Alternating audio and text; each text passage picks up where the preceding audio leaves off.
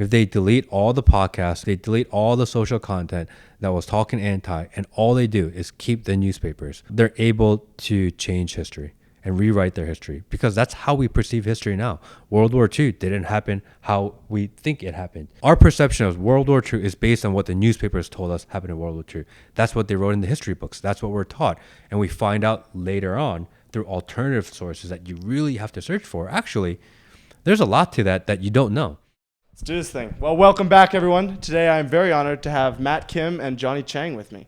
Gentlemen, thank you for joining me. Awesome. Should we clap or something? Yeah, you can if you want. Applaud yourself. Way to go. You made it out to Moscow, Idaho. Amazing. First impressions. Beautiful. You're at the right time of year. It's shockingly spring, yeah. beautiful. And the people, I think more than the topography, it's the people. It's just such amazing people we've seen. Every encounter we've had so far has been just amazing people. Yeah. Well, we try to do that, especially for the newcomers. Feels like America here. That's how they really There you go. They're nice to you in the beginning, and then once you get here, then you get to see. Once you move, we're really mean. Yeah. So quick introduction on you both. Okay. Matt, you are a Korean-American podcast host, social media personality, a husband, and a father. And before that, you were selling light bulbs. Do I understand that correctly? That's pretty accurate. Yeah. And then Johnny, you are a former Wall Street hedge fund manager. Is that right? Not a manager. Not a manager? No, I was basically a quant at Bridgewater, which is world's largest hedge fund. Okay, there you go. And now you're the CTO at Tucker Carlson. Yeah, I run engineering for Tucker. There you go. And you lived in Singapore for a year? 2 years. 2 years? Nice. How was that? It works. So, I grew up in California. Famously doesn't work, okay? It's basically anarcho-tyranny. You have chaos, but you also have, biology says like unlimited parking tickets. And if you do something wrong, you're hosed. But, if you walk out with less than $1,000 of merchandise, you're okay. Yeah. That's basically California. That is not Singapore. Let me tell you. Like, if you do something wrong, there are consequences. And as a result, people don't do wrong things. It's kind of crazy, Shocking how that works. It's shocking. The other crazy thing about Singapore, it's a pretty new country. Less than 60 years. Only country to be a country against its own will. Yeah, got kicked out of Malaysia. Kicked out of Malaysia, totally. Its founding father was Lee Kuan Yew, and he was basically dictator of Singapore till the 90s, and then he was like minister or mentor, something like that. Basically, like keeping an eye on things. And his impact, Singapore is only 5-6 million people. But Deng Xiaoping actually came to Singapore, learned a lot, took those lessons back to China. And so if you look at the governance of China, governance of Singapore, they're actually not so different. And so you could make an argument that his impact has affected maybe over 1 billion people. And I don't know if you know, but if you take China out of the poverty statistics, the world has gotten poorer. China is the only thing. Really? Yeah, China is the only thing holding up the world in terms of, abject poverty alleviation. So, guy is smart. Yeah, and you chose to move there because it works, correct? Because it works and because of work. I wanted to see it because I was a big Lee Kuan Yew buff, and I wanted to see whether this is real. Yeah, why not go check out Singapore? And it was real. Like it is amazing. And I was on fast track to a PR there, permanent residency, and eventually citizenship. But I felt like a duty to help save my country, even though that's like kind of a weird thing to say. I gave it up, moved back. I'm making my girlfriend move back, who I moved there, so she's thrilled, Yeah, I can imagine. But yeah, that's kind of the story. And Matt, where in the U.S. are you from originally? I live in Georgia, in the Atlanta area. Yeah, and are you from there originally? I grew up in New Jersey, lived in New York, went to high school and college in Ohio. Why did you choose Atlanta? It's one of those things where you just kind of end up there. So I was living in New York, and a friend called me and said, you should come visit Atlanta. You'd really like it. It's a cross between Ohio and New York City. I thought that was an interesting way to put it. Yeah, because most people don't love Ohio. I love Ohio. I absolutely love Ohio. I went to Ohio State, so any Buckeyes are watching, OH. And that's kind of what I got used to. I like the more quiet lifestyle. I did the whole city thing for a while, and I just don't think it's for me. Yeah. Did you guys both grow up conservative? I think Yes. so. I think so. I asked my dad once, like, why are we Republicans? And he said, because we like low taxes.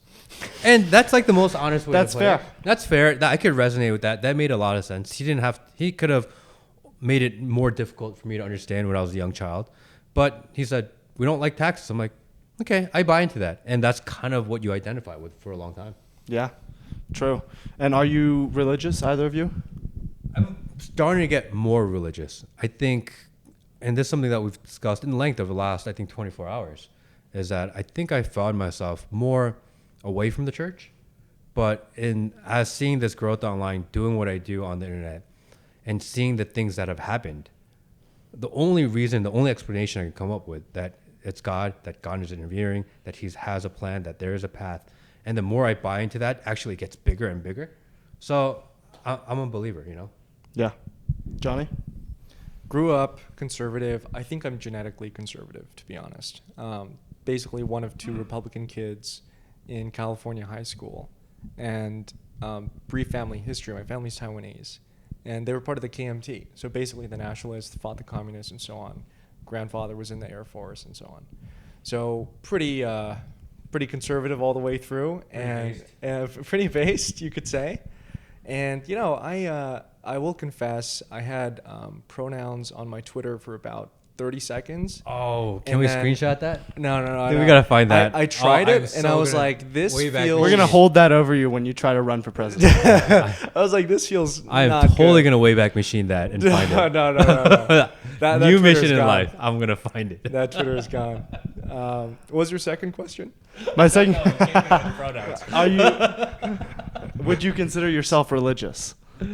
It's funny you asked that. You know the reason we're in Moscow? It's kind of weird. I was interviewing a guy. He said he's from Moscow, and he was like, "Oh yeah, I know Pastor Doug Wilson and so on." And then I thought of two people. One was Matt, the other was my friend Roger. And when I looked at my phone, Roger just texted me, like literally as I'm looking at my phone. I was like, that's kind of weird. What a coincidence, you know?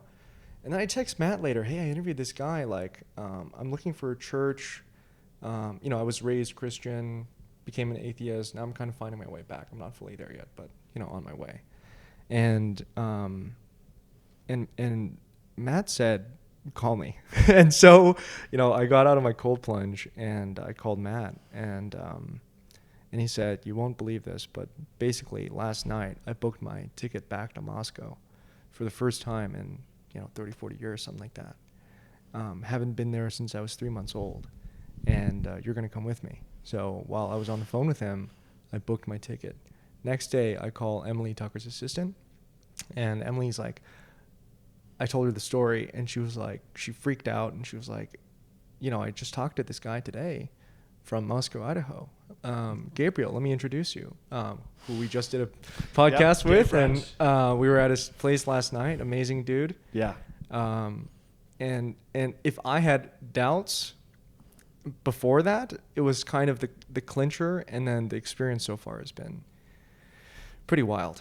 I was telling Matt that Mark 5, Jesus basically pulls a demon out of a guy, and then that demon asks for, there are multitudes, and then they ask for permission to go into this herd of pigs, and then the pigs drown themselves in the lake. And I was thinking, if I were there, I'd be like, what a coincidence, that's kind of weird. This is an odd situation I find myself Pigs in. just dropping in the water. I was like, that's pretty unlikely, but probably, it's possible. Right? Yeah. And I think that's like a message, basically, that a sign looks like chance until you think about it as a sign, So not fully religious, but getting there. You don't Perspective realize changes that everything. a sign is happening unless you're kind of looking for it. That's right. Otherwise, signs probably happen all the time. And you're so busy with your life, so busy with trying to be successful, so busy with everything else that you don't realize sometimes it's literally right in front of your nose, and you just weren't aware enough to look for it. Yeah, you'll talk to Nate Wilson later this evening when you go over for a Sabbath dinner. But one of his big things that he talks about is like seeing the miraculous in the mundane. Like every day, all around us, miracles are happening, and we kind of just take them for granted. And things that, like, if you tried to really explain them, would really like shock and confuse you, and they just happen around. And because we see it every day, it's just a flower growing. It's a fascinating fact. As we're thinking about politics, it seems that in the past couple of years, maybe this is just since 2020, the moderates have kind of disappeared, and we've kind of seen the rise of the extremists to an extent. And maybe this is just on social media because that's what plays well on social media. But it does feel like there are less moderates, there are less people in the middle, and everyone's being forced to take a side. I think most people actually do live in the middle. I think they amplify the extremes to make you feel like you need to be divided, to make you feel like you have to pick a side. But I think in reality, in most common people, they're actually in the middle. You have a little bit of liberal views, you have some conservative views. I think most people kind of understand both sides. They just don't want you to know that, because they don't want you to know that there's one population and it's actually us versus them, not us versus each other. And I think that's why they actually intentionally amplify the extremes. Who do you mean by them? Them being whoever us are, and them or whoever they are that are controlling our lives, that are trying to play God with our lives, that are trying to replace God. I think there is a population of people out there. You can call them the elites or the deep state or the establishment or whatever moniker you want to use to describe them. They do exist. And that's the hardest part, right? How do you fight an enemy when you don't know who the enemy is? I mean, that's the best disguise is, not knowing if they exist or who they are. Yeah, it's tough, but I think people are more joined than people think. I think if people go back to their more core values of what they believe in, I think most people will tell you, what's the most important thing in your life? Family. Okay, that makes sense. What do you want the government to do? Leave me alone. Okay, that makes sense. If you agree on these two core fundamentals, is that family is the most important and the government should not tell us how to live our lives. If you can agree on that, you can kind of have debate on everything else. Yeah. Yeah. I think that's really where people are. The greatest trick the devil ever played was convincing people that he doesn't exist, right? Yep. I actually think the spectrum was redefined. It's not that we're becoming more extreme or less or whatever. It's actually that Cthulhu swims left. People become left. There's a great cartoon that's, some guy is a moderate 40 years ago, and then because the society has shifted, the Overton left, window has moved. It's moved, and now he's a fascist, right? Whereas he was a moderate, and so I don't think that it's that people are necessarily becoming more extreme. It's that the definitions are changing. At the same time, extreme circumstances call for extreme people. No one becomes extraordinary by being normal, right? The most amazing people are weird. Like, they are weird people. And that's why they're amazing. So you can't expect that if we live in extraordinary times that we need, like, normal people around us, Right. How do we get people to begin to understand that, like, the people across the side on the red and blue line, they're just people. They're like me in a lot of ways. I think people need to start thinking for themselves again, coming to their own conclusions, analyzing situations and things that they care about by themselves rather than being told what to think. I think we're in a society where media will tell us you have to believe what we tell you to believe. And I think that's a huge problem. I think once people can unplug from the propaganda that we're fed on a daily basis, that once people can come to their own logical conclusions, actually we'll realize that the most basic things in life are what we care about most. I think we are definitely being propagandized. And I think that's really what we're trying to do, is free people's minds. Because again, if your mind is free, what becomes important to you is what's actually important to you, not what they tell you is important to you. Right. When you're not focused on, like, okay, let me try and survive. Then Consumerism, you can think about technology, likes, views, influence. Like, these are the things that people actually care about in life right now. And the reality is these are the things that actually are the least important things in your life. But that's the most you care about. How many people, especially young people, post a picture on Instagram and they sit there and refresh. If it doesn't get the amount of likes that they want in the first 10 minutes, people freak out. Who cares? It's just your picture. You put it out there. I thought you did it because you want to share. But all of a sudden, the social validation is more important than the fact that you actually want to share. You care more about what people think and how they react to it than the actual fact that you just wanted to share a moment. And how many times do you take 15 pictures and try to pick, okay, which one's the best one? Which one's the best one? Which one's the best one? Okay, let me put a filter on it. Let me edit it. Oh, no, like, I need this.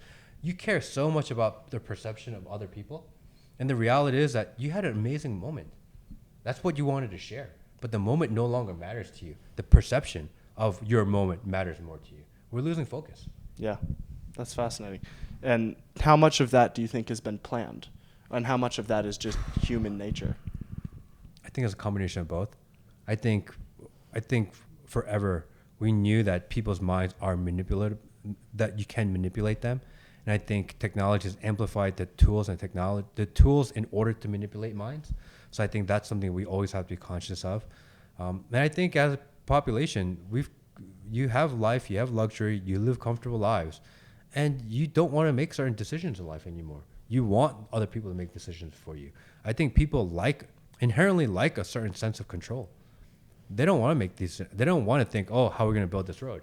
It's an important road. It's going right in front of my house. I need to actually care about it. But Netflix is on. I'd rather do that. I think it's planned by the people, of the people, for the people. Think about a hammer, right? Like you're grabbing a hammer. It's like perfect for your hand. It's made by people, for people. Right. Same thing with the other tools that we have. Actually, one reason I'm excited about AI and in general matrices is we talk a lot about vaccines and so on, right? YouTube, just kidding. Didn't say the word. So think about, We'll think bleep about you out. social media inoculations. Like, it's a very fine line between being inoculated against this virus that takes over what you think of as important, this sort of fixation on the perception versus the actual moment. You can have that and then go beyond it, or you can have that and be trapped in it. And I think the way that we have designed our systems, they are so powerful that you get trapped in it. I was fortunate to grow up in a time, I'm not that much older than you, okay, but like I look a lot older than you. I was fortunate to grow up in a time where, I really did care a lot about what people thought. I would look at my Facebook a lot or whatever. And then you just grow out of it. I don't know. Like you just stop caring. Like I don't really care, And that is the inoculation. But I think that's quite rare. And because these things are so powerful, the virus will take over. It's not that your immune system will recognize it and then kill it in the future. It takes over your immune system. And so when you have AI where you can basically create these dojos where people can practice, maybe it's fake people, maybe it's fake likes, whatever it is. But these are basically games where people can try out and strengthen themselves, this mental dojo. I think we'll actually see technology lead to a better society. Yeah. Go ahead. Well, and that's where I think we sit on very different sides. I think that's our biggest disagreement because we talked about this for hours last night. Because you're a very pro-technology guy, and you believe that. And you believe that technology is a net good. Totally. I believe that technology is a net bad. I think that going away from it, I think there are good aspects to it, but I think overall we've seen what it's done to society and we've seen the repercussions of it now and already the testing phase. And to think that we haven't done the initial rollout of technology well, that all of a sudden we're going to get more advanced and more powerful, but yet we're going to all of a sudden do it better, I find that very illogical. So I think that's our biggest divide. And we've had this discussion, debate for literally 2 days now. Well, technology is dual use, right? Think about fire. Fire is technology, right? You can have fire to cook your meals, like that amazing salmon burger your mom made that I'm still thinking about. That was so good. Amazing. Or you can use it to have fiery but mostly peaceful protests, right? So those are the two uses of fire. And if you look at AI, my friend Greg has this great tweet where he says, "My brother in Christ, this is the next biggest thing since fire." And his point is not that it is just an incredible technology. It's that fire was the thing that actually bound people together socially. That when you had to take care of a spark over many nights, many weeks, warmth, and like you could bring together a community, and you can cook your salmon that you find. Exactly. It was war and mass destruction. And everything else. But it was taking care of the fire that made humans a social tribe. Yeah. It was the spark and keeping the spark alive. That was his point. Yeah. Not that AI is necessarily like cooking, which it is basically. It's like a reservoir of intelligence that we've never had before.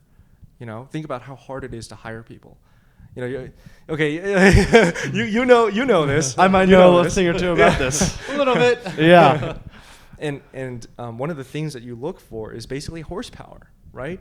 You want them to be able to take a previously unknown domain, master it, do something with it, have dominion over it, right? Right. This is a Christian calling as well, and it's a man's calling. It is a man's calling, and there's not that many people that can do that. And so this entire hiring process, it's like, it's a winnowing. It's a funnel.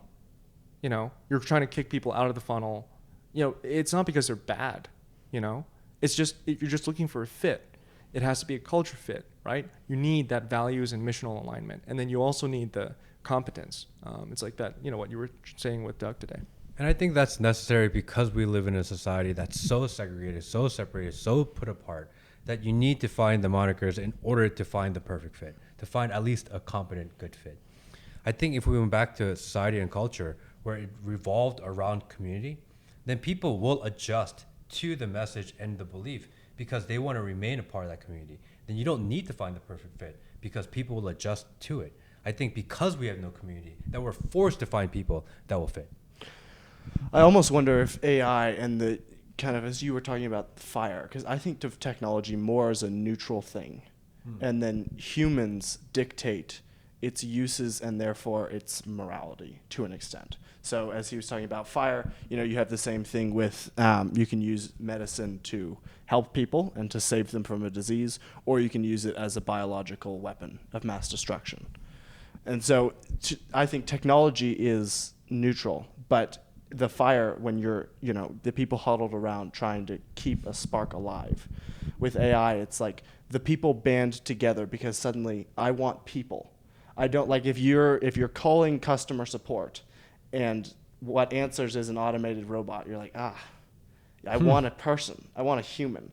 And so it's the kind of banding together of, I want other people that will, like, that are actually humans that I can talk to and actually have that have souls. And I think that will band people together in a similar way that fire did. I think as humans, we can't help but take everything to an extreme.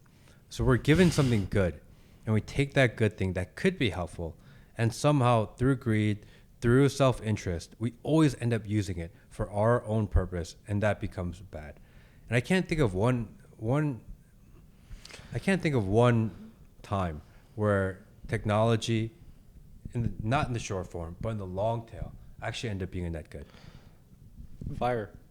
You can make salmon burgers. But again, right? It also creates the most destruction that you could possibly have. But that's just saying that there are fallen humans and there are righteous humans. Like, we invented fire, and there are people that are using the fire, and people are fallen. We live in a fallen world, and so people went left with it. They decided to, you know, burn people at the stake, and people went right with it, and they decided to make salmon burgers. And I think it's a lot of its perspective. If you are an outsider looking and the fire is great, I can see that. But if you're a part of the family or a loved one that got damaged by the fire, you'd be like, fire is the worst thing ever. Yeah. Yeah, I mean, you have to net it out, right? Like, here's another example. Let's just go back to the hammer, right? You have these things that are used to make houses. You generally use hammers for, like, generally positive things. But that also nailed Christ to the cross. But that, again, that also, like, saved us, right? That's a good thing. So it was probably a net positive. Like, I do think there are, like, net negative technologies. It's hard for me to think of one right now, but probably gain of function is one of them. You know, biowarfare is probably not the best thing for us, but you know, broadly, I think technology is pretty good. I think it can be used for good, and generally it starts out with using it for good. Yeah. And then someone sees. I mean, there's a famous quote from Tolkien that evil cannot create; it can only reshape. That, you know, God gives us fire, and like, evil cannot create a new fire, if that makes sense. It can only take the fire and make it bad, and use it, maybe this is a better way of saying it, and use it for ill purposes. Use it for evil, to hurt and destroy people. So to riff on that for a second, it is so much easier to destroy than it is to build. This is also true. And it is so much easier to actually verify than it is to create. And this is actually a very deep computer science thing that people think, oh, if you tear down someone's argument, you're smarter than them. Well, craft an argument. Try that. It's actually pretty hard. Yeah. You have this massive search space. And the fact that we're even debating this discussion where you have the asymmetry of ease of destroying versus building, and we're still saying, hey, maybe technology is like a net benefit, maybe it's a net detriment, whatever it is. I think that's testament to the fact that actually humans are overall pretty good, because ultimately it's a human holding the hammer, and we choose overwhelmingly to build houses with hammers versus bashing people's skulls. But that's also culture. That's also culture. Because if you went off to, like, I was recently in Africa, and some people there, they use hammers. They will kill people with hammers, especially white people, which is not fantastic for me. But it's like, or Paul Pelosi's lover, or that, as it was. But it's just, part of it is also culture. Because we live in the West and we live in a Christian society, or at least a society that was built by Christians, we see a hammer and we see how can we build with this, as opposed to how can we destroy with this, right? The same sledgehammer can be used to build something or to destroy it. I actually think it's a simpler thing of a selection of cultures, because if you have a culture that selects to destroy, it doesn't multiply, right? Yeah, this is true. You need a culture tilted towards multiplying. To actually propagate, right? And those are the dominant cultures. Yeah. No, definitely. And speaking of extremes, there's another quote from C.S. Lewis. And in That Hideous Strength, which is one of my favorite books, and I would highly recommend reading it because I think it's a little too apt at the moment. But there's a professor, and he's talking to his wife, and he says, the world is always coming to a point. And you are always, there was a time before this time where things were a little more neutral, where you could kind of live in a grayer zone. And we're going towards a time where that is less true, and things are becoming more black and white. And it's kind of true. I mean, when you think about, like, eventually we're all going to end up in hell or in heaven. And it's a very black and white situation. There's not a gray area. Either we are on the side of life, either we stand with Christ, or we stand with the devil against Christ, and there's not another option. Like, that's all there is.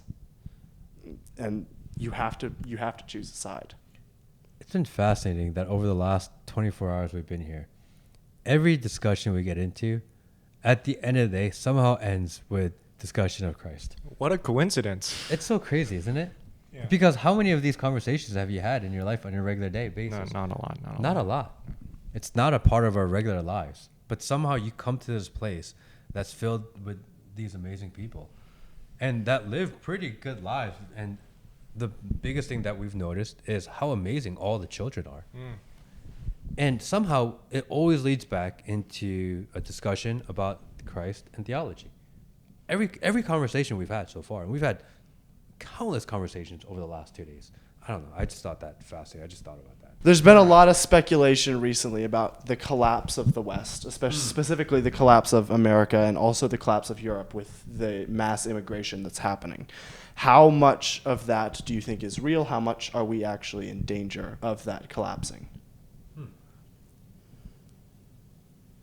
I found the immigration argument fascinating because there's two sides to it. One is that you want to import, if you're going to import people, and you have to import people, that you want to know who's coming in. So I get that argument. You want to have qualified, hardworking people that provide benefit to your value and benefit to your society, right? That's the obvious one. I think almost everyone in the world kind of agrees to that at some point. I don't think there's a lot of people that think open borders and let anyone come. I don't think anyone thinks that's a good idea. But the other side of it is that because we're not reproducing in most countries, especially Western countries, are not reproducing at a rate fast enough in order to sustain society as it is, you actually have no choice but to import people. Because if the United States are at 1.2 replacement rate, what are you going to do? You need to be at minimum at 2. That's just to sustain. And if you can't figure out, and if you've messed up society so bad that people no longer want to have children, how else do you sustain society? But you have to import people. So they've created this problem. And in order to do the hard work, which is improve family values, improve family culture, incentivize people to have larger families, instead of doing that, their solution has been, let's just import more people. And maybe we're too far gone. Maybe that actually is the only solution. I wish there was a better process to it, to have more order in it. No one likes chaos. But that's kind of where that is, at least I think. I think the fallacy is extrapolation. Like, I think playing in the markets will teach you a lot. Because oftentimes, I was telling Matt earlier, like, you take this factor, let's call it, I don't want to use specifics, but you think of certain factors, you draw a line, and you're like, therefore this will happen. Actually, oftentimes the opposite happens, and you have to think about why. And there's oftentimes certain things that you miss that completely shift your understanding of the world in markets. And I think that we fall into that fallacy, that because things aren't going so well, then we draw the straight line to a collapse. I'm not saying that's what you're saying. I'm just saying, like, I think I see that with a lot of people, and I feel that within myself, that tendency. But what a coincidence that at that moment where you would think that there's a breaking point, that we have the most impactful technological innovation ever made, and you see a revival of nuclear power. What are the chances? Which is fantastic, yeah. What are the chances? So, I think that's a huge wrench in the, in the destruction machine. Like, you can't predict that it's going to go down when you have all these amazing technologies going up. Yeah. So maybe not the collapse, but certainly the change of the I think West. it's a moral collapse. That I think is pretty evident. But like, a practical economic, lively, quality of living collapse could be actually the greatest period of abundance ever. I think the moral collapse is based on people's lack of purpose, lack of what they're doing with their lives. I think because people have no purpose, they rely on outside factors, they rely on technology, they rely on people's perception of themselves, because they don't have a vision and a path that they're going. I think, again, that's why I blame technology, because I think I think technology has created that lack of purpose in people's lives, because they look for other people for validation rather than what they're actually doing by themselves. Because again, it's not enough what I do, not how the people around me perceive me. It's not what you who are in the same room, how they perceive me. It's about how all the people watching and listening, how they perceive me. It's this separation of your belief to others that's creating the problem. So how does that change? How do we, as a culture, shift away from the feeling, from the I care so much about what everyone else thinks, to more I care about maybe what my small circle of friends think? I think people need to turn it off. No social media? I think you need to unplug. I think you need to, if you're on social media, follow your friends and family, people you actually care about, people you trust. Stop following celebrities. Celebrities add no value to your life. Stop following talking heads that actually don't care about you, that they're probably lying to you, that they have no interest in your life. They're not trying to actually provide real value to your life. Turn them off. Start bringing your matrix of people that you associate with, even on the internet, to a smaller circle of people. I think that's important. I don't think you turn off social media altogether, because there is value, but I think it's the opulence and the desire to consume as much as humanly possible. Like, you don't need Netflix. You don't need to watch entire series in 3 days. That's so stupid. But you do need Tucker Carlson Network. Everyone should get And you need the Matt Kim podcast. Yeah, and that's This Dude stuff podcast. You sure need all of that. But Just kidding. Don't turn that one off. Gonna get fired. I think one way to think about it is redefining the people that you care about, what they think of you. But also, I think what's going to happen, I'm not saying this is a good thing. We're going to redefine personhood. So you can imagine Joaquin Phoenix, whatever his name is, in Her. Does he care more about what Samantha thinks, or the guy down the street, or the guy on Twitter? He cares about Samantha, right? And you're going to have these agents that are hyperhuman, more human than humans. Like, you can like you have ultraviolet or whatever, right? It's like it unlocks a different part of the spectrum. Realm. Yeah. Yeah. Like your eyes cannot see it, but with technology you can see it. I can have a camera that translates ultraviolet and like compresses it to our visual spectrum, right? And so because we can use technology to unlock new dimensions, we're also going to have to deal with the ramifications of like people will care a lot more and they will want to reproduce with and have relationships with that technology. I'm not saying it's a great thing. I would say that's generally a bad thing, especially if we're talking about, the people in America are not reproducing at a rate at which they need to in order to sustain this country. Yeah, I mean, if we're going to increase that with people have AI girlfriends, it makes it easier for the people who don't have AI girlfriends. Like, hey, I have a broader range of the dating pool. Because it's good and bad, right? Like the lie of the Matrix is that people were put into the Matrix and grown against their will. And I think basically what we're going to find out, unfortunately, is that people want to be there. And I don't know how to feel about that. Like, yeah. I mean, comfort is an addicting drug. It just is. And this is comfortable. It would take a lot of effort to get out of this. And it would shake up everything. I was talking to a guy in Zambia about, because he thought he was a prophet. And I was explaining that, no, you're not a prophet. And how did he take that? Well, he said, I'm a prophet. I said, you're a false prophet. He didn't love that. So and then he grabbed the hammer. Then we had a 2.5 hour discussion. Yes.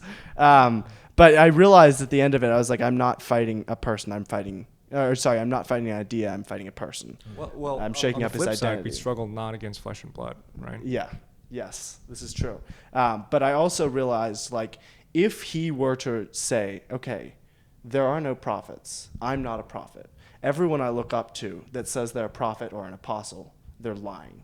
It absolutely destroys and tears apart everything he's ever thought about. It like completely flips his world on its head. And to even think about that, flipping is it's a terrifying task. And so you don't want to. Like, I don't want to accept that prophets might not be real, because if I do, my whole world falls apart. And I think that's similar to where we're headed now, is once people realize that, like, I kind of am trapped. But if you realize that you're trapped, then it's a whole lot of work. It flips the world on its head, and it's suddenly you're falling, and you've got to figure out a way to land.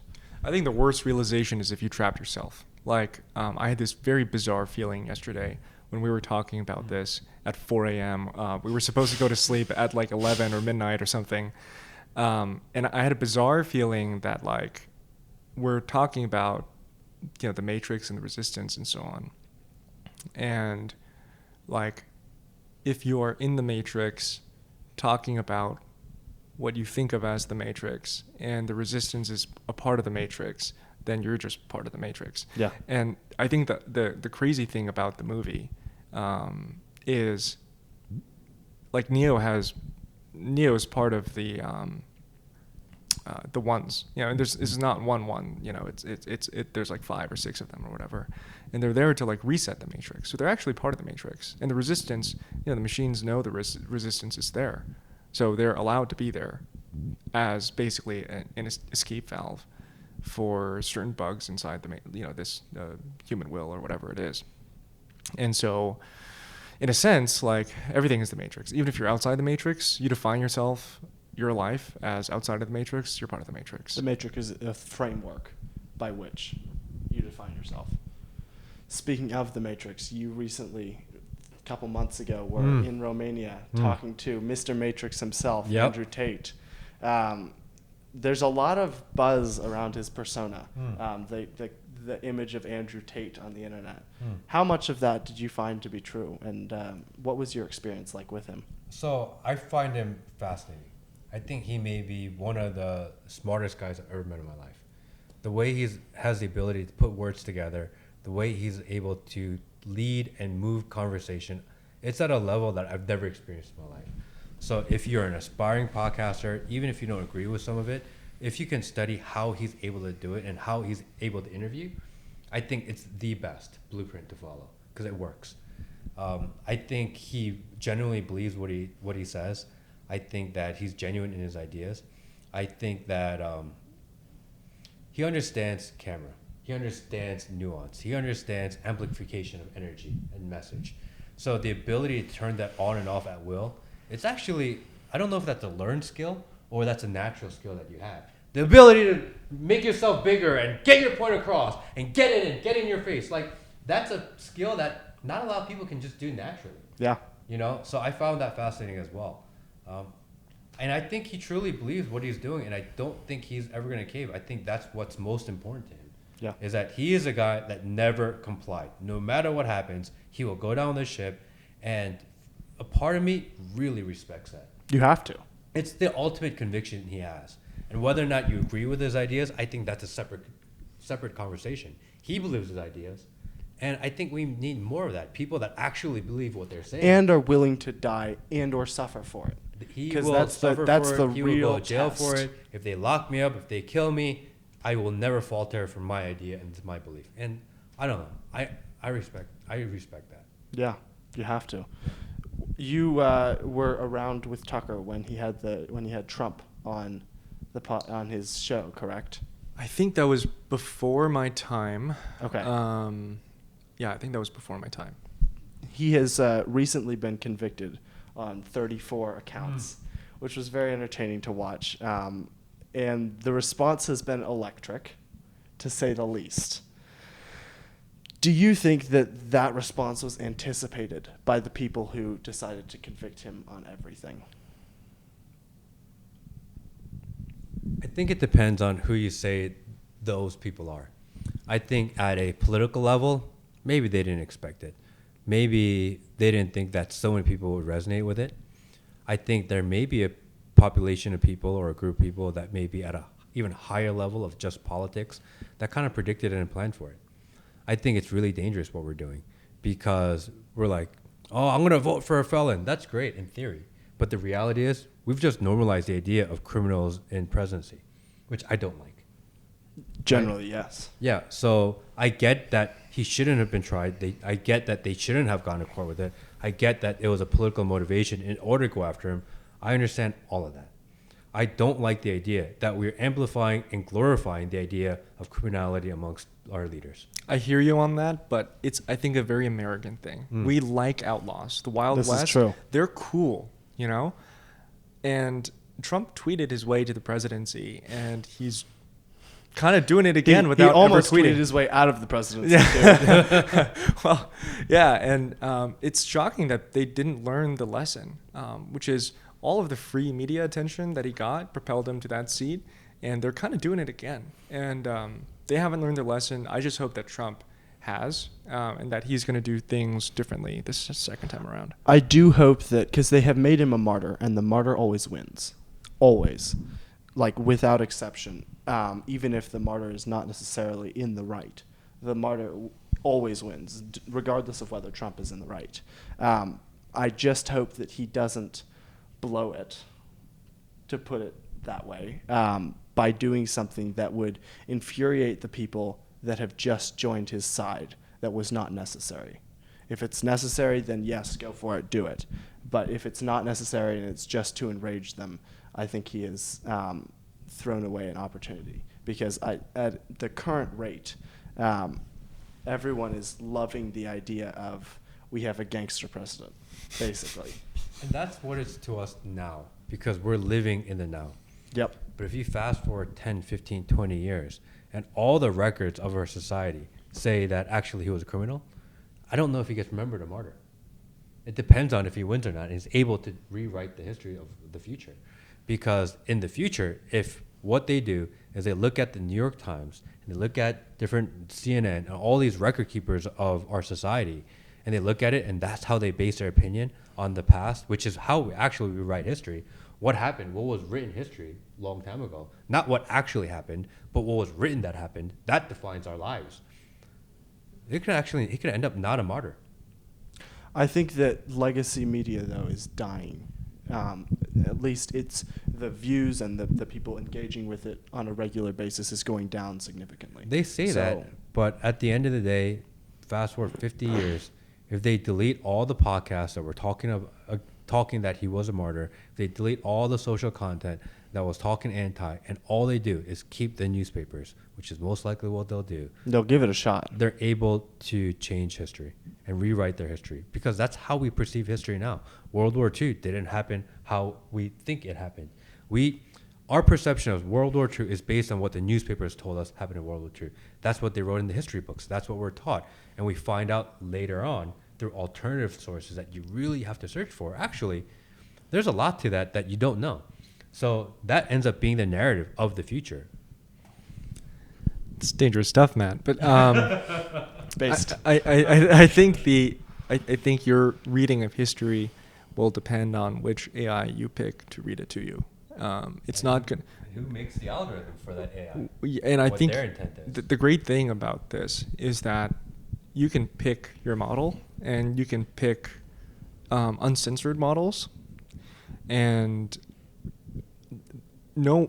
basically what that means is no one's going to write the history books, right? You're going to pick your own, and you're going to be able to survey vast swaths of knowledge that we haven't been able to before. Do you think they'll give you an uncensored version of AI when they don't give you an uncensored version of the internet? They can't stop you. I mean, they can't stop you from going to the dark web, which is probably 90% of the internet, but yet most people live on this side. Yeah, I mean... And if you go on that other side, they're like, oh, this guy's crazy, this guy's extremist. And I don't recommend anyone go there, because you actually don't want to know the truth. I actually think the dark web is leaking onto the light web. So it's mixing. And if you go on Hugging Face today, you can download models and run them on your computer. You can get uncensored models, whatever kind of models you want. You can get not safe for work models. Like, you can do all of these things. And the greatest thing about this kind of decentralized technology, like you look at Vicuña, like Bitcoin. It's exactly that. You can't stop it. Yeah, interesting. How do conservatives, in this upcoming election, make sure that nothing fishy happens?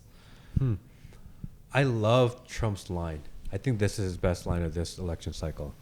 Too big to rig. It's fantastic. And it made everyone so upset, because it's just the right thing to say. If you overwhelm the system, then it's really hard to do. If you're going to run a covert operation, say you need to flip 20 votes, allegedly, YouTube. If you need to flip 20,000 votes, you can run it with a 5-person operation. You can run it covert, and you can get away with things. If you need to flip 1 million votes, allegedly, YouTube, thank you, then it's very difficult to do, because now you need an operation that's significantly more than 5 people. Maybe you need 20 people, 100 people. The more people you add into the equation, people start to notice. People start to notice. There's actually leaks. There's people that infiltrate. There are people where people can make mistakes. So the more people you involve in the situation, it's harder.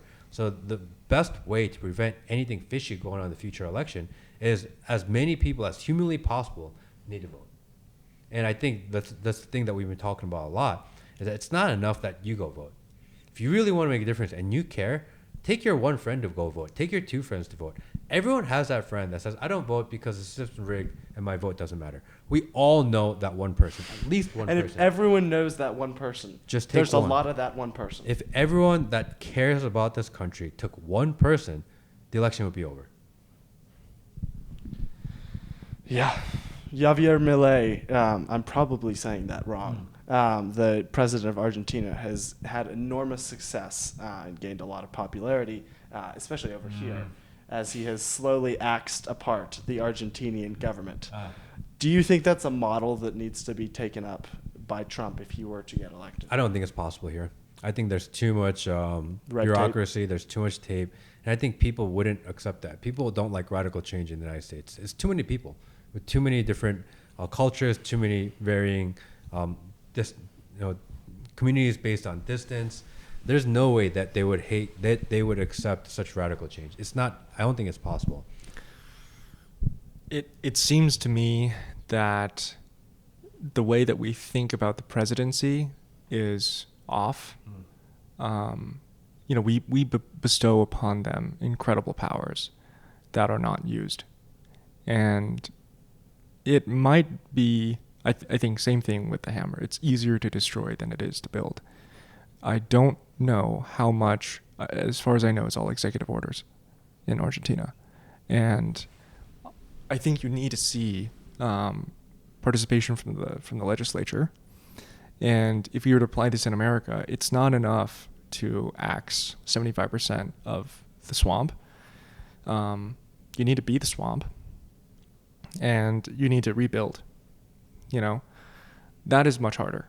And I think you need buy-in from the bottoms up. And I don't really think people think about a redefinition of what the executive branch looks like. But I think that's probably necessary. I think the president, more than anything, sets the tone of the country. This is true. And I think what we need is an eventual God-first president. Not an American-first president, because America first, it's amazing, it's actually important. But I think more fundamentally than that, we need to go back to core conservative values. So we need to do a God-first president. And then once you change the culture and the mindset of what people think about and what is important to them, then I think actual change can happen. But until we're willing to make that cultural shift in our minds, it's a very difficult proposition, because it always, when we have presidents and we have leaders that focus on greed and self-interest, the country will focus on greed and self-interest. If you have leaders that care about God, care about family, then the people in the population will care about God and family. Yeah. Then you're going to elect people that care about God and family. The things that are important to you will be God and family. The things that you discuss at the dinner table will be God and family. It starts from the top down. And we just have not had that leader in place to help drive that conversation. Yeah. Not the president we deserve, but the president we need. And you don't want a president who wants to be president, I think. Yeah. Yes. So, Matt, give me a name. I think Tucker Carlson should run for president in 2028. I think he's a yeah. God first, America first, family first type of guy. I don't think he wants to be president, which is why I think he should be president. Candidate. Yeah. Because he doesn't have this desire for power. Yeah.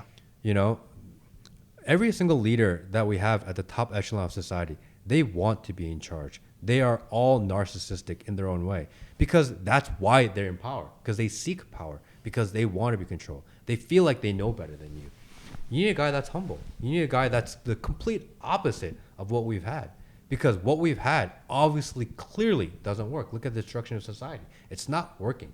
Yeah. What you want is someone that doesn't want to be in power, that understands how the system works, but yet doesn't want to be there. Just wants to fly fish. That wants to be selflessly sacrifice himself for the greater good.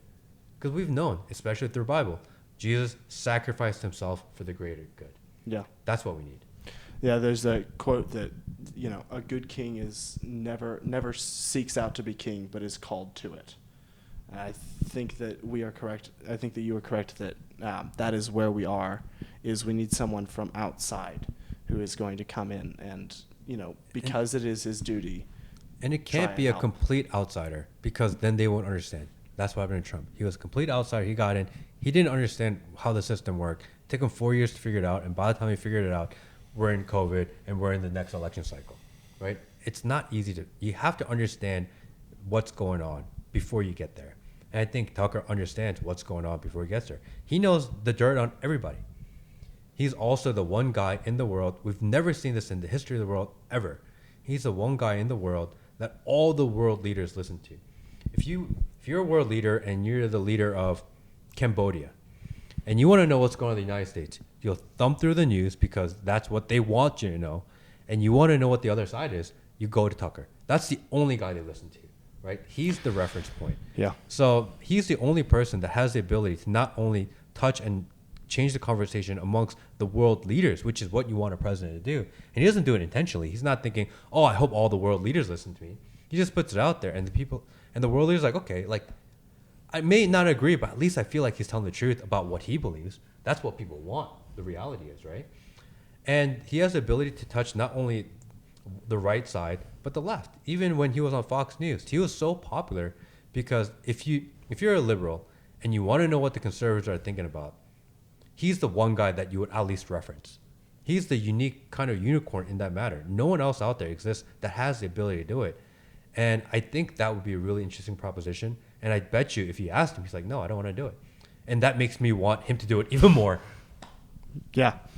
I think also he has the respect of many of the world leaders. Yeah. And he's been out there and interviewed them, and they seem to, like, if you let someone interview you about your country, you have a certain degree of respect for that person. And to that extent, I think that he would be helpful. And I think he definitely is a God first guy. In He's his also heart, young, in his core, which is nice. he's a God first guy. He cares.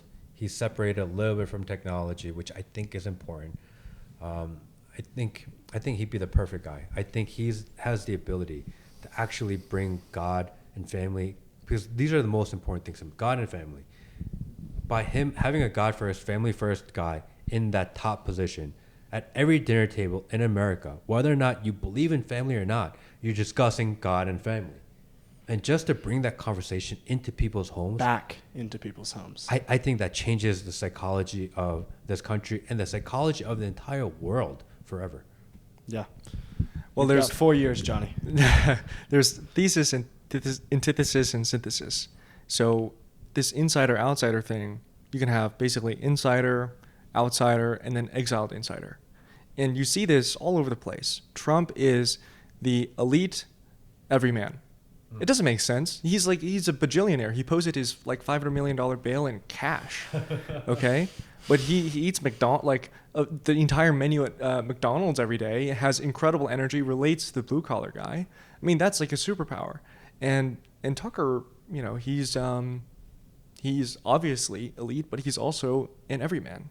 And that duality, very difficult to find. He just enjoys to fish and kind of wants to be left alone to do his thing. Yeah. And that's a pretty good representation of a lot of Americans. Because most people, once they hit that level of success and influence, they want more.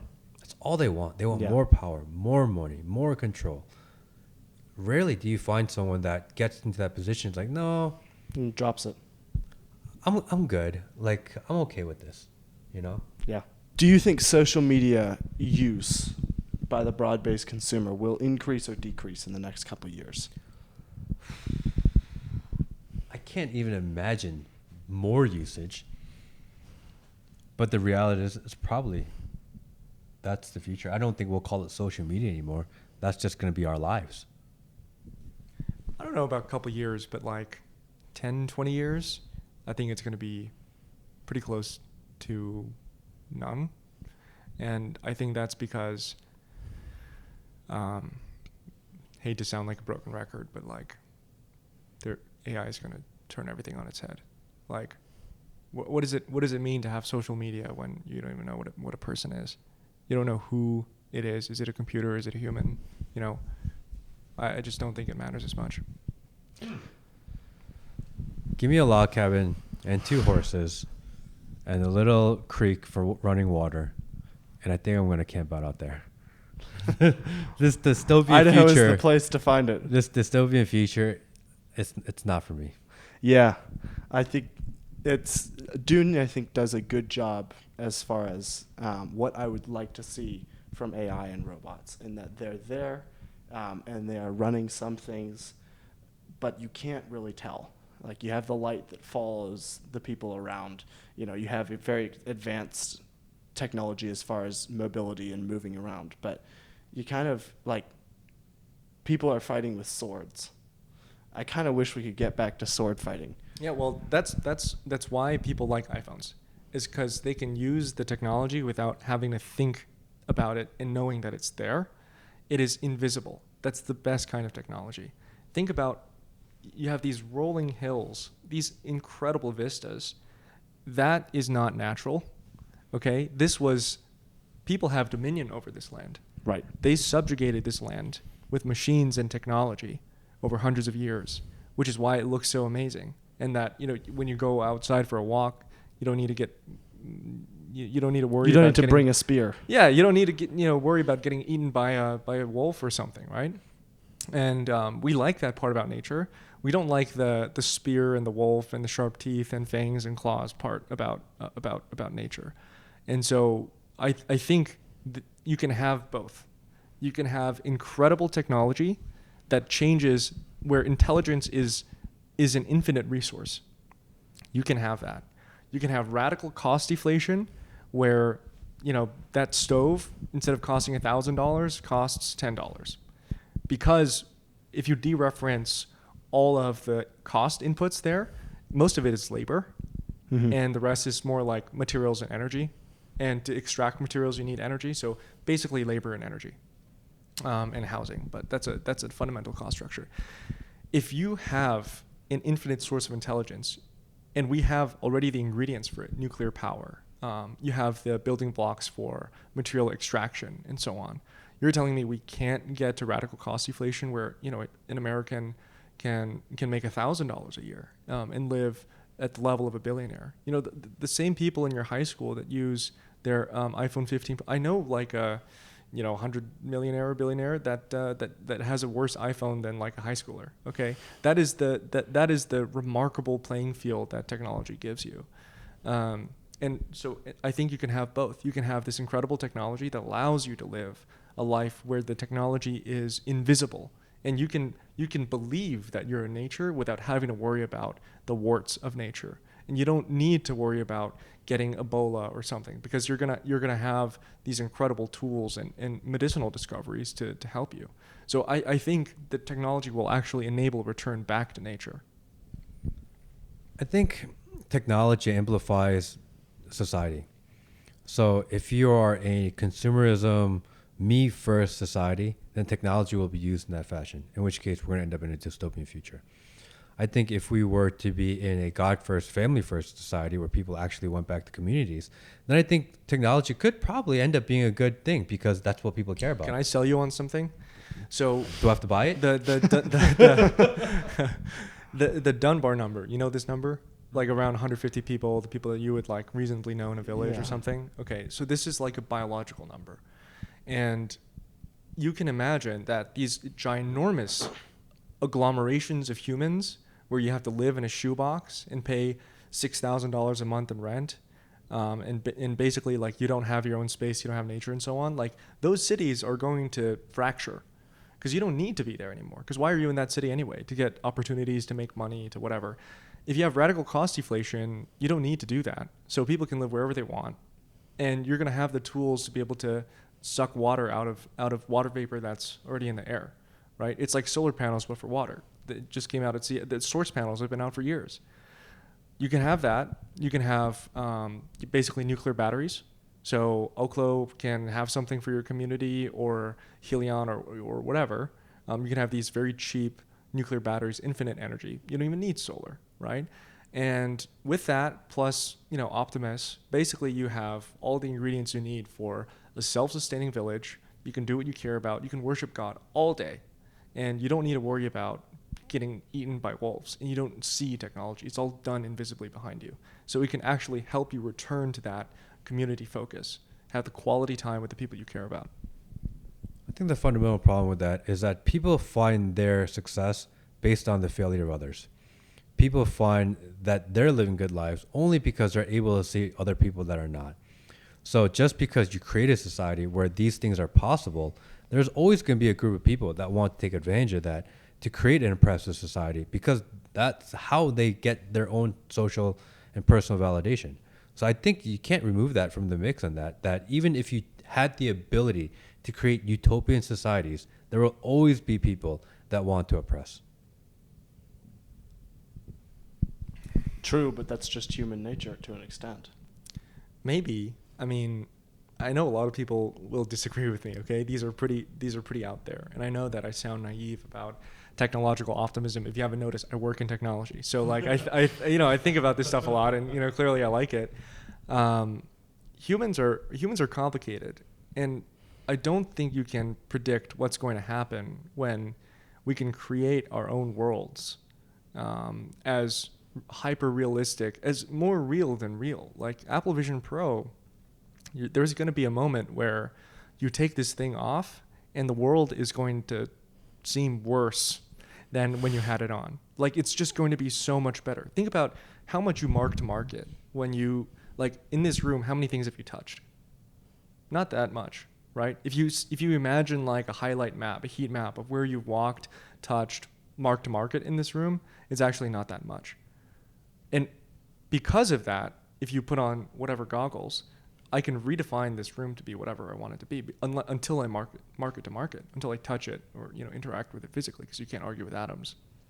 But all the stuff that you don't touch, you can make it whatever you want. And in this world, I think if people don't, I would be shocked if there was no escape valve for some of the more destructive parts of humans. Like, everybody, it's not, I'm not saying there's evil humans and good humans. I'm saying, yeah, the line between good and evil runs through every human heart. Like, I fully believe that. And we can shape our world. It becomes more malleable with technology. And because of that, we have escape valves that are healthy so that we can be the best versions of ourselves. But social media essentially is your own world that you can curate and create. You cannot. And we were given that ability. I mean, to at least your persona and how you're perceived to the world, you can do whatever you want. You can make yourself whoever you want to be. You can curate your world around you, however you want to be. You can be whoever you want on social media. That's your prerogative, right? And we've given that ability, and we chose as a population to not do it the way it's supposed to be. We could have used it to connect with family, to be helpful to one another, to share good information. That's what all this was created and designed for. But yet, it's probably the most evil thing that we have. So that's kind of what it is. I understand that there are ways to make it better, and we can't predict the future. But I think pattern recognition is a thing.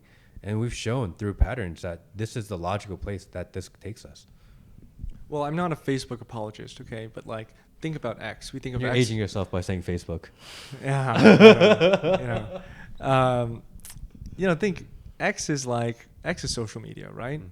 And there's a lot of hate on X, but also it's the medium through which people can watch Tucker, right? And they can broaden their views of the world and figure out, hey, like, maybe this thing that we were told about this guy, he was a crazy guy, and maybe Putin isn't the enemy of all humanity.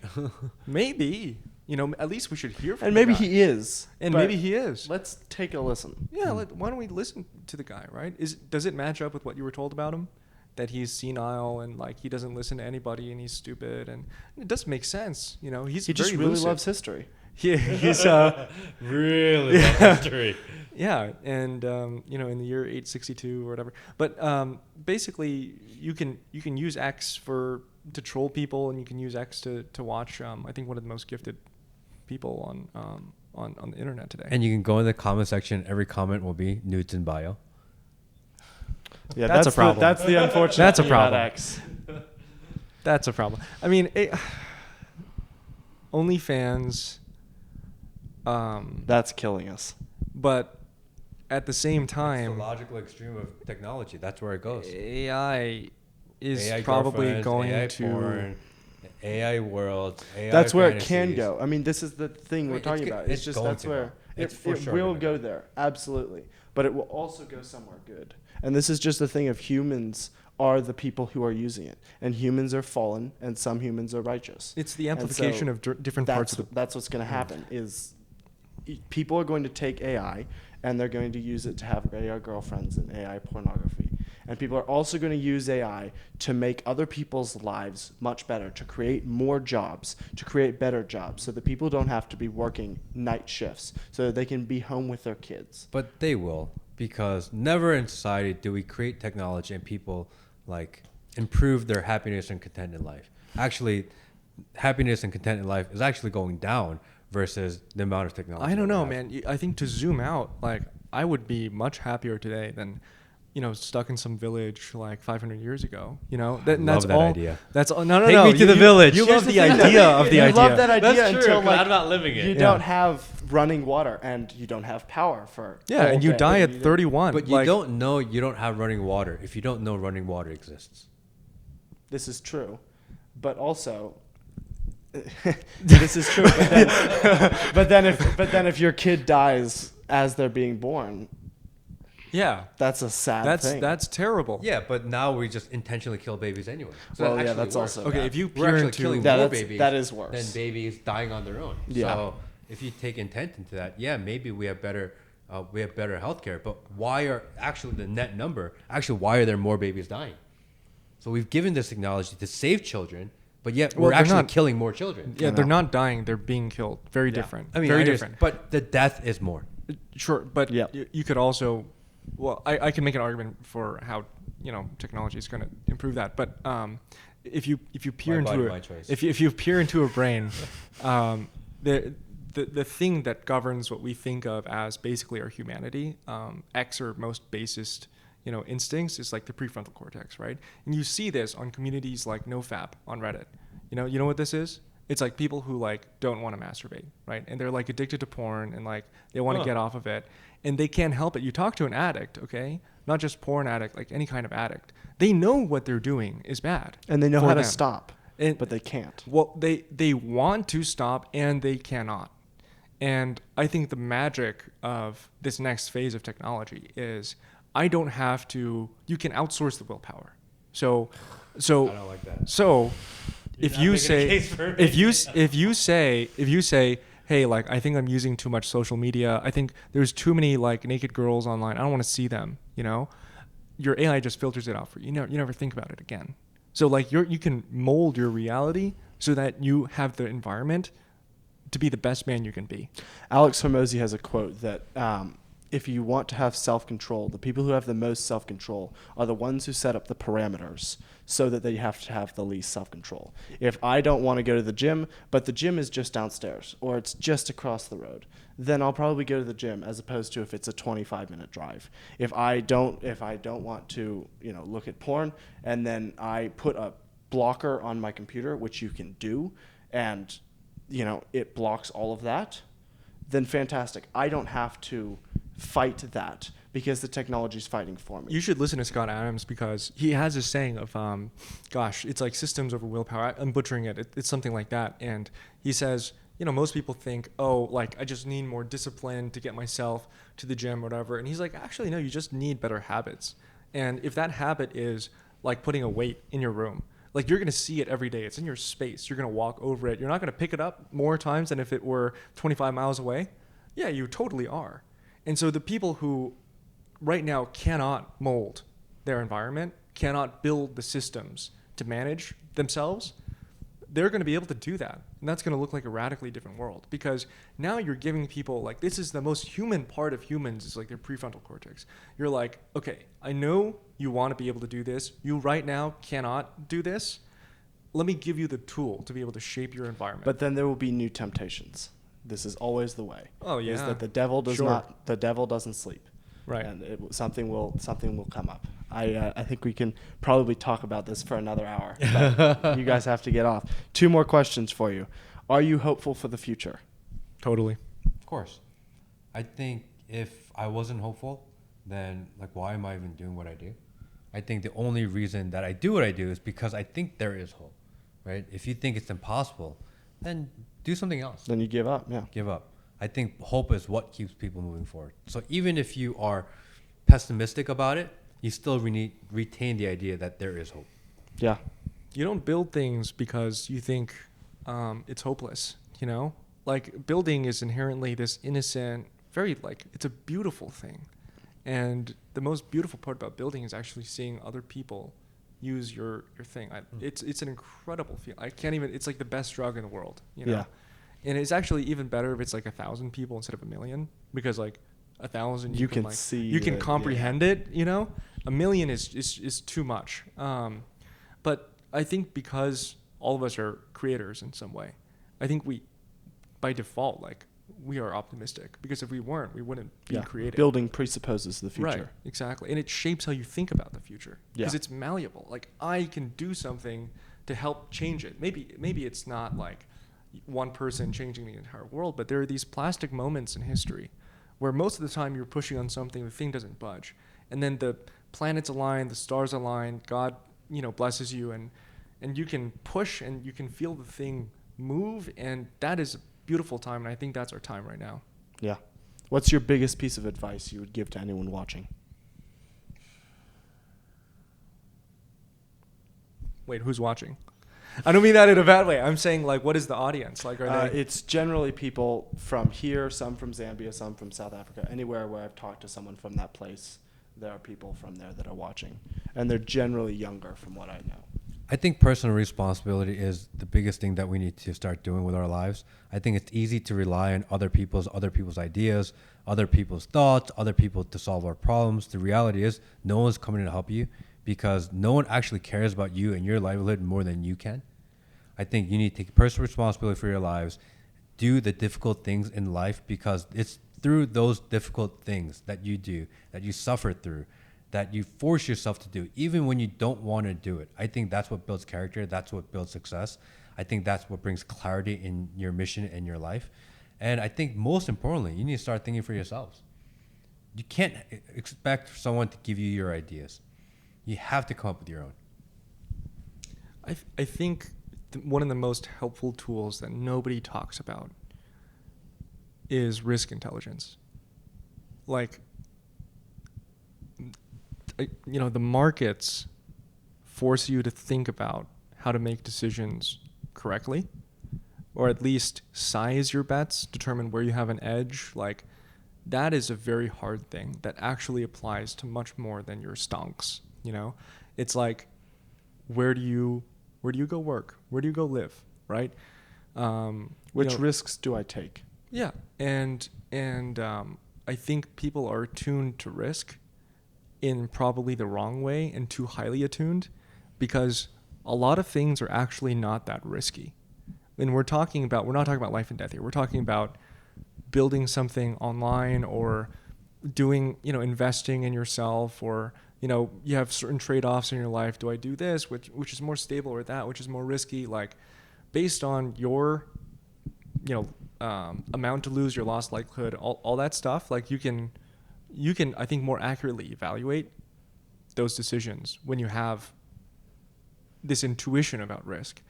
And actually, like, when I make decisions about technology, what to use, which ones to do first, how does this unlock other things, who to hire, that's all risk intelligence. And that's it boggles my mind that no one talks about this, but that is like the most helpful thing. And I made a conscious decision when I was 17. I was like, I'm gonna figure this out, and it doesn't mean I'm perfect at it. I'm not, but I understand it more than I did then. Yeah. Where can people find you guys online? Whatever your favorite doom scroll is, if you search Matt Kim, I should pop up. I'm not really online, but you should subscribe to tuckercarlson.com. There you go. Thank you guys for coming on. This has been really fun. Thank you. Yeah. Appreciate it. See you guys. Thank you. Out a little,